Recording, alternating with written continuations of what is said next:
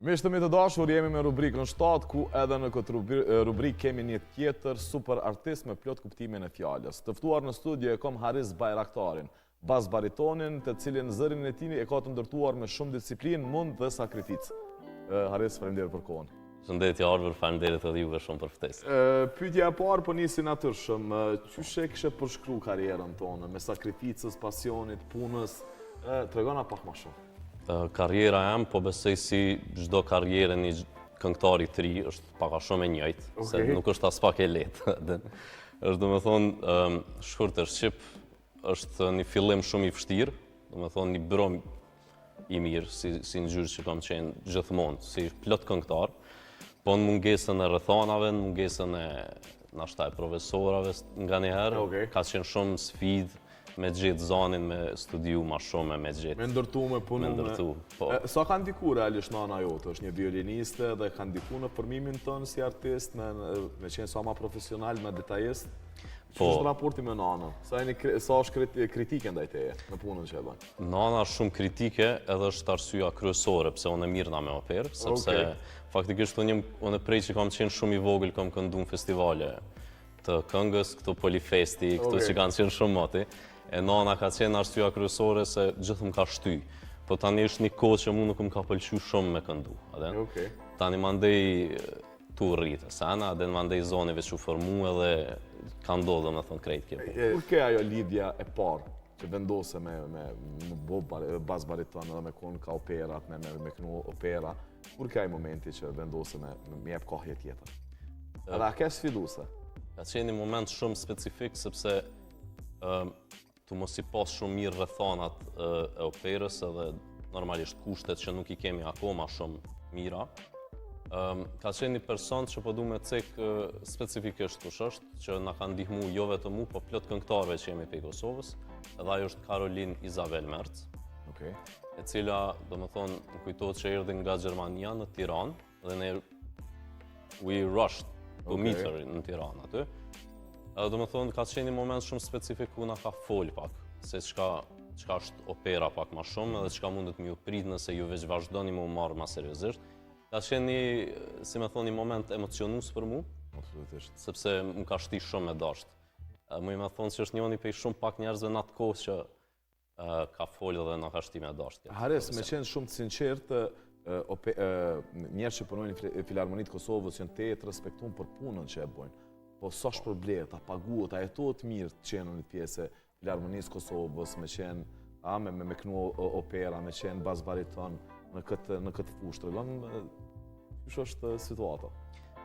Normalisht, se jena lodhë më të e përmend objektin si kemi edhe shumë kushtet e krejt këtu.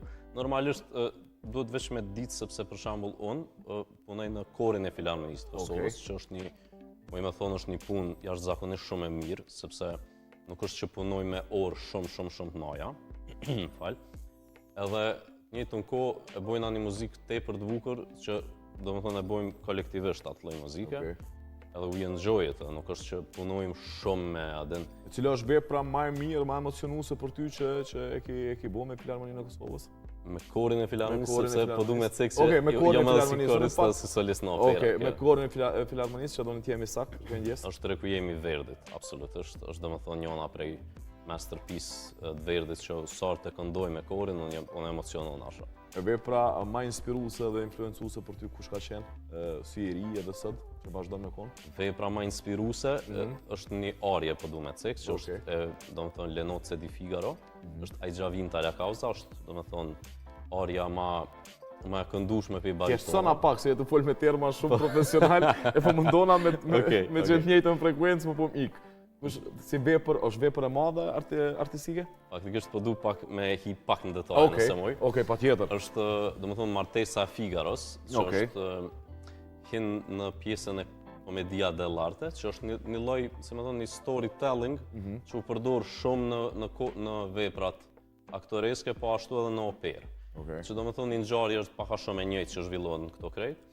E Martesa Figaros, do më thonë, është opera, edhe roli i Kontit Almaviva, që do më thonë ka qenë roli jam i andrave me një farforme, edhe hala është, edhe unë e kom pas fatin që e kom performu në Vjena atë rol, Do me thonë kjo ka qenë njona për andrave që e këmë realizu, njona, se tash ka plot që po pres akoma me realizu. Haris, janë 10 pyetje në vazë, janë profesionale, artuse të përgjithshme. 7 prej tyre kemi u përgjigj, vetë lexon, vetë përgjigjesh. U kry. A jemi gati? Okej. Hajde. Bëjmë pyetjen e parë. A është zëri dhurat apo barë që duhet ta mbrosh çdo ditë? Mendoj që dyjat në një farë forme. Nëse do na me qenë ma specifik, është një dhurat, po të njëjtën kohë dush me ditë që këtë dhurat dush ja me dasht, ja mos me dasht. Do me thonë, nëse do dush më marrë shumë seriozisht me këtë sen, që mundet me u bo edhe barë mas një kohë, që me thonë njerës që janë me fat sikur unë në këtë rast, nuk është që e shohim. A dush me trajtu për ditë? Po. A bën ushtrime për ditë, a trajton, a kujdesesh për zonën? Absolutisht që po. Do me thonë, të e marë parasysh që zoni është i lidhur me trupin, dhe zoni bën, do me thonë, vepran në basë se çka thot trupi. Unë personalisht kujdesem edhe për trupin tem, do me thonë është si puna atletave. Unë për shembull, do me thonë je as ideali kujdesshëm me vitamina, me ve, me çka janë ato, a? Me ve. Me ve, ajo është klasik. Është klasik që kam çati unë. Okej, pyetja e dytë. Super. Shkojmë Maris. Okej. Çfarë po do të pyetja e dytë? Mos e lexo direkt. Lexo ndryshe atë, domosdoshmë. Sa disiplin kërkon zëri yt në përditshmëri dhe çfarë gjërash je i detyruar i mohosh vetes për ta ruajtur ato? Zëri im në përditshmëri nuk është që kërkon dhe as shumë disiplin tash, sepse ka shumë vite që merrem non-stop me zërin. Tash për shembull unë vetëm e mirëmbaj me një farë forme. Që ti je ma specifika, ka në regjim strikt kur ki me performu, për shembull ki me kon pjesë në këtë projekti që ki me këndu? A ka në regjim për shembull ato 2-3 ditë para se me dalë në skenë? Po, është një regjim që unë e bëj për çdo ditë. Kryesisht është se pra po kthena në dietë edhe ndoshta në hidratim. Okej. Sepse, do me thonë, unë e kam një problem për vetes që kur para se me dalë me këndu dehidratohena. Somehow, nuk e di qysh. Mundohena shumë me pi ujë edhe me qenë sa më i pushueshëm. Muj me thonë që pushimi është një diçka që i kushtoj shumë rëndësi, sidomos 2-3 ditë. Absolutisht. Ka njerë është e pamundur edhe me pushueshëm, sepse kena prova generale, sidomos është një diçka që me thonë është një last push që dush me jep para performancës kryesore. Gjumi është ndohet antibiotike më i mirë për zonën. Më i mirë për zonën, po absolutisht. Pyetja e tretë, Haris. Është për presë se tash në pyetje për ndaj thamë. Ja, ato unë i bëj, ato janë nën pyetje. Në bazë janë pyetje profesionale, nën pyetjet i komune. Që më të nguc kanë erë. Do të ngacmu po jo shumë. Po. Që po do të pyetja e tretë. Cila është frika më e madhe e një baritoni para se të dalë në skenë? Okej, cila është një frikë? Okej, frika më e madhe një baritoni, nashta një këngëtari me qenë kështu madhe. Me tipare bas bariton, cila po, është absolutisht me crack in a high note. Ta kena krejt këngëtar, do me thonë. Në gjuhën shqipe? Në gjuhën shqipe është, do me thonë, jetu e këndu. Me stonu? Jo, jetu e këndu një pjesë edhe vist i gëzoni në alë. Okej, atë ka ndodhë në herë? Jo, se më ka ndodhë, shpresoj që asë një herë mësë me ndodhë. Ja, i kujdes shumë, vigilent kuke. Po, pyetja e ka katërt fak. për Harisin. Qa po thot? Pyetja e katërt. Në roli të tradhtarit në operën Goca Kaçanikut, ka qenë emocionalisht i fort për ty, çfarë të mësoi ky rol për veten si artist? A ka qenë emocionalisht i fort për ty? Absolutisht. Ka qenë një ndër rolet e para që më ka përgatit faktikisht për drama më të thella në operë. Faktikisht roli i tradhtarit, roli i Ruzbashit që e kam luajtur në këtë operë, si më thonë, ma kam mësu një farë anë temën personalit që ndoshta nuk e kam ditë që e kam.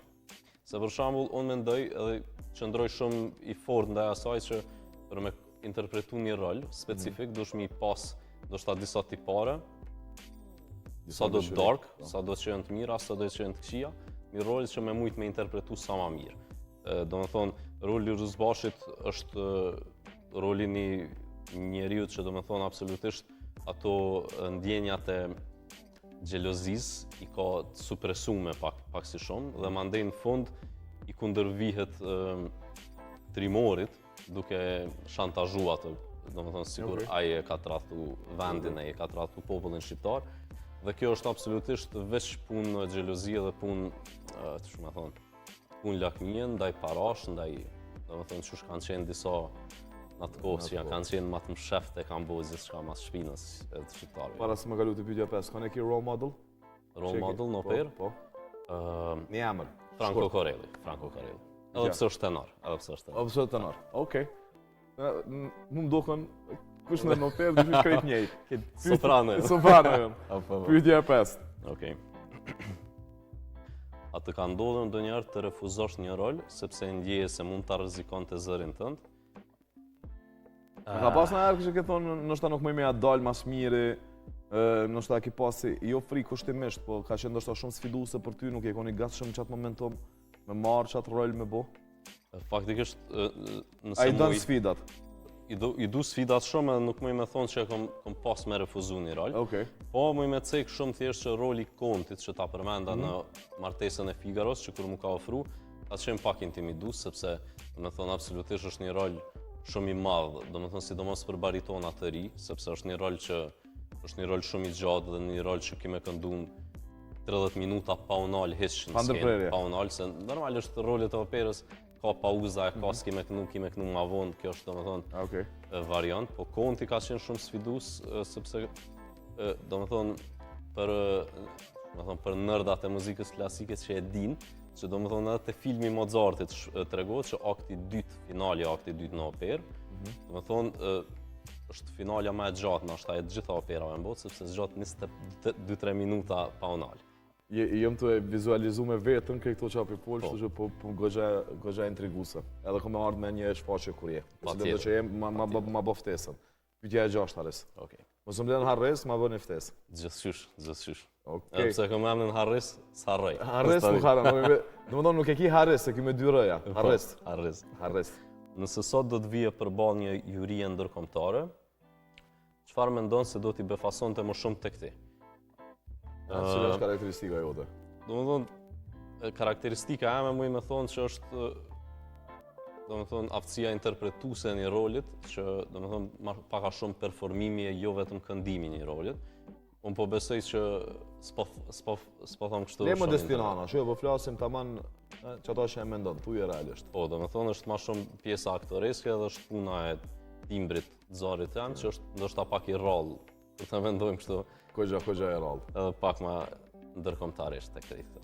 Pyetja e fundit po më duket Haris, nëse nuk gaboj. A e kemi te kalu? Jo, e kemi edhe një. Pyetja. Kemi edhe një. Edhe dy pas. Jo, veç edhe një e lexoj. Unë rregullat si thej. Okej. E thonë jam profesionist si puna jote. Super. Çfarë po të pyetja e fundit? Okej. A ka momente kur ndihesh i nënvlerësuar si bariton, pavarësisht punës dhe disiplinës që bën? Ka momente që nuk nihesh i vlerësuar mjaftueshëm mas gjithë asaj pune që e bëni. Po është kur e shë sallën e herë ndodh që me pas brast, ose a ka momente, cili është ai moment që të ndin që badjava ton këtë punë pe bojmë dhe nuk jemi aty ku duhet, vlerësum. Ndoshta nuk tingëlloj i sinqert me përgjigjen tëm tash, po unë mendoj që akoma nuk e kam pas një moment që jam di i nënvlerësuar ose shme thonë që nuk mu ka vlerësu puna ime. Sepse deri sot mu ka vlerësu mjaft puna ime dhe sepse unë punoj vazhdimisht për këtë punë, nuk është që ndihem i tillë. Sidomos në vendin tam absolutisht jo. Dy pyetje të fundit, Haris, më thuaj ku jemi ne si publik në raport me shfaqjet operistike, me operën përgjithësi? Ku jemi ne si publik apo si Jo ti, çite vetën në pozicionin e publikut, ose ti si artist ku na shëneve publiku shqiptar sa e don. A jemi në hap të mirë të shku?